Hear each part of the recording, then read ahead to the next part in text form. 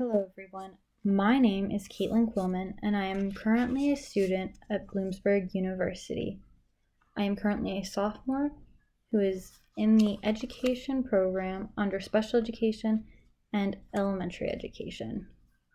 Today I will be discussing with you strategies for teaching students with math-related learning disabilities. The focus of today will be those math-related learning disabilities as well as language barriers created for students whose primary language is not English. The first or primary language is important because it can help students understand instructions given to them in English. When using the English language, it can create language barriers because some students may not understand definitions or word phrases in the English language, but when then changed into their primary language, it can be easier for the student to understand and grasp and make the connection between.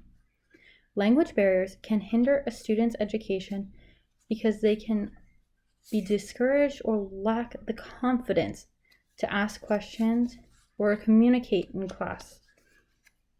Some students with a language barrier were commonly mistaken for having a learning disability in the past.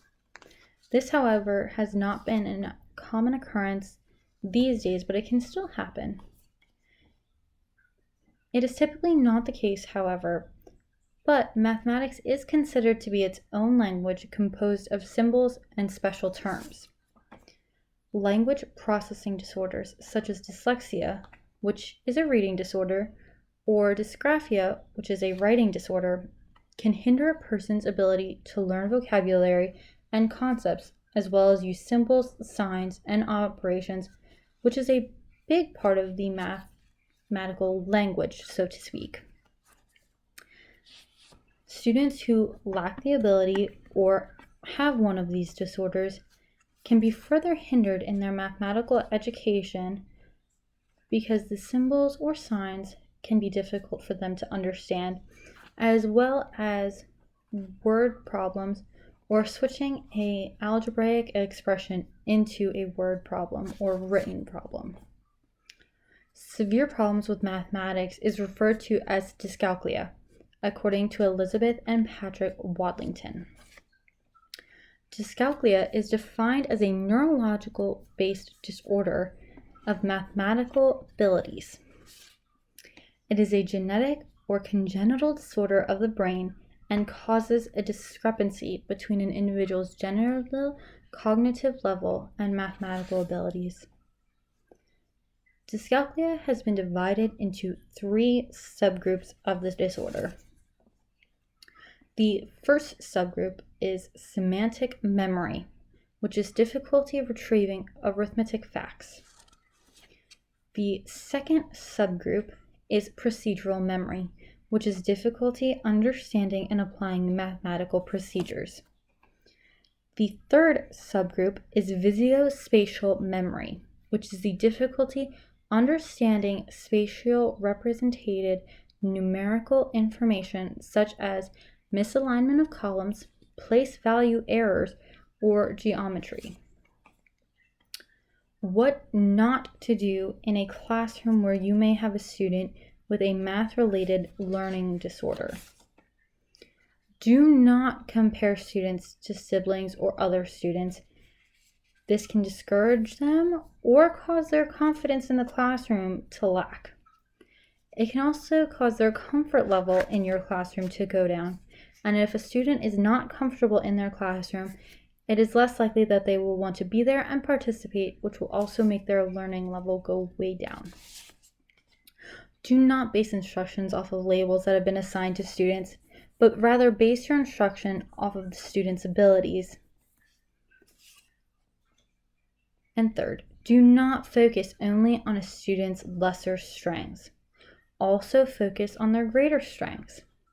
By solely focusing on a student's lesser strength, it can cause some of their previously acknowledged strengths to diminish or go down as they forget things from the past. Constantly be combining these and working their greater strengths into lectures with their lesser strengths and keep it fresh and on their mind. Some strategies for teaching students who have math-related learning disabilities According to Dak Zhang and Yaping Zin, using the inclusion method is a good way to teach students with math-related learning disabilities. The inclusion method is where students with learning disabilities are incorporated into a general education classroom. So rather than solely being in a resource room or a special education school, students are also integrated into a general education classroom as part of the least restrictive environment for their learning. This is shown to have great results because students are able to work in small groups and pairs and are able to help each other understand and grasp the knowledge that they are supposed to be receiving.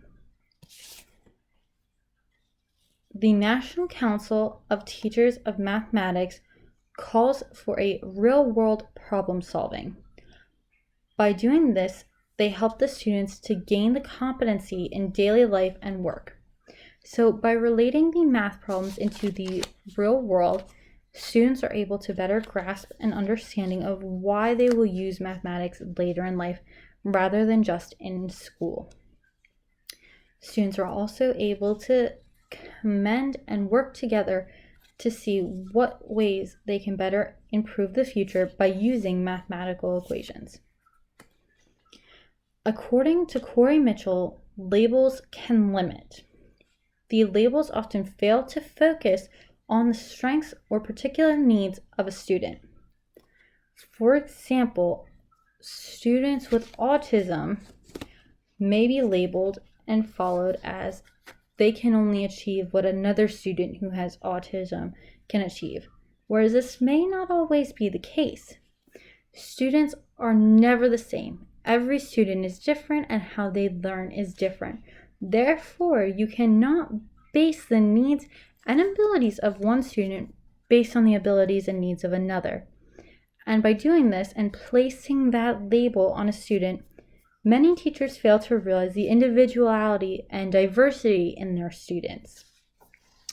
And diversity plays a very key role in labels.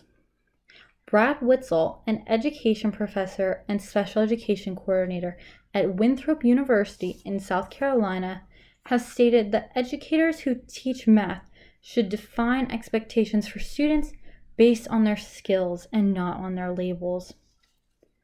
Just because you have a label does not mean that math is not in your understanding or in your grasp. Many students who have autism are led to believe that they may not always be the best at math, which could be very wrong. They could be math geniuses, or they could struggle, but the math instruction should be gained towards their ability and not towards that of their label. Fair share lessons is another strategy that is often used for students with a math-related learning disability. Fair share lessons is a lesson on evenly dividing objects. Objects used for this are things such as toys or pretzels or something that the students can grasp in their hand and can see how they are evenly dividing this. Fair share lessons introduce nonverbal students to the mathematical concepts of division and fractions. Another strategy is to relate the math lesson to students' interests and cultures to capture their attention. Students' interests range on all spectrums. You have students who love sports such as baseball, basketball, football, or you have the students who love reading, writing, gaming even. By relating these interests into the math instructions, students will have a greater interest in it and they are likely to pay more attention, meaning that they will then get more from your lesson rather than just having a lecture thrown at them. Also, by entailing their culture into the lessons, you are able to touch a little bit more on who they are and what their culture means and represents for them.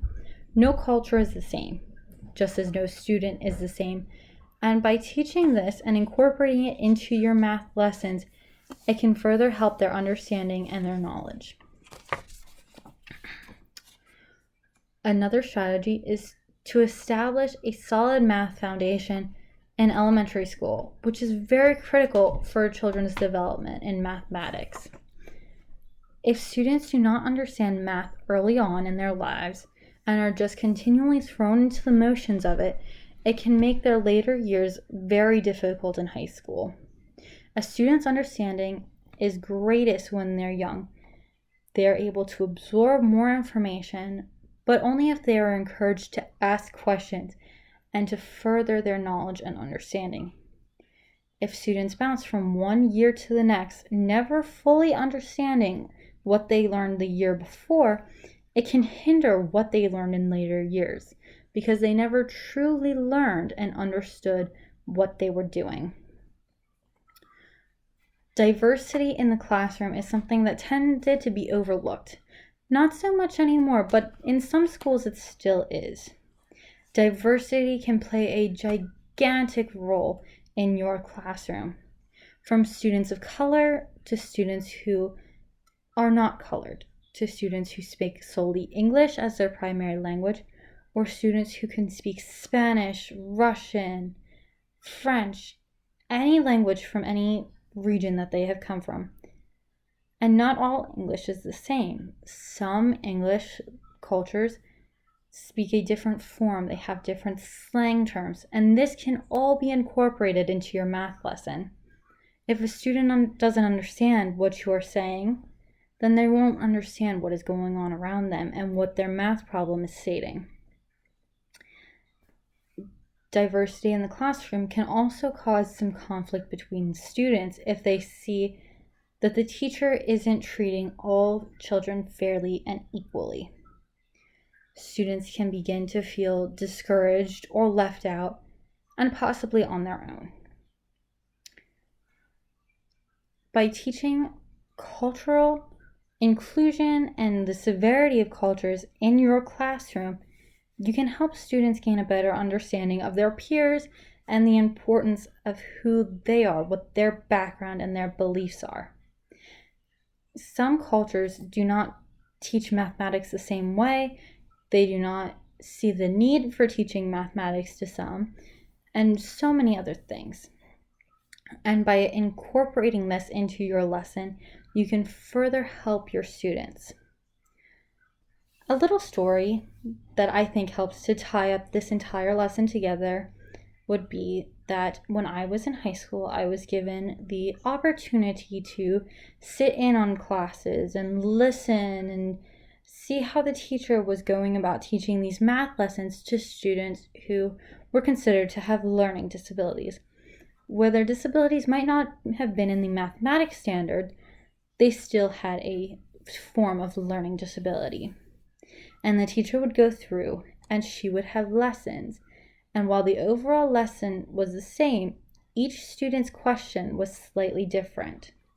Their question had to do with their interests, their likes, their dislikes, their culture, anything that would keep their focus. And while the numbers in the problem may have been the same, their topic is what grasps their attention and later helped them to focus and understand what they were looking at. The teacher had questions from who was this baseball player, and this was their stats. How can you incorporate this into your math lesson? To what was the book you just read, and what page could it have been found on, and how can you incorporate this into a learning lesson? All of these can help a student. It can grasp their attention, keep their focus, which is a key part of teaching any student, one with a learning disability or not.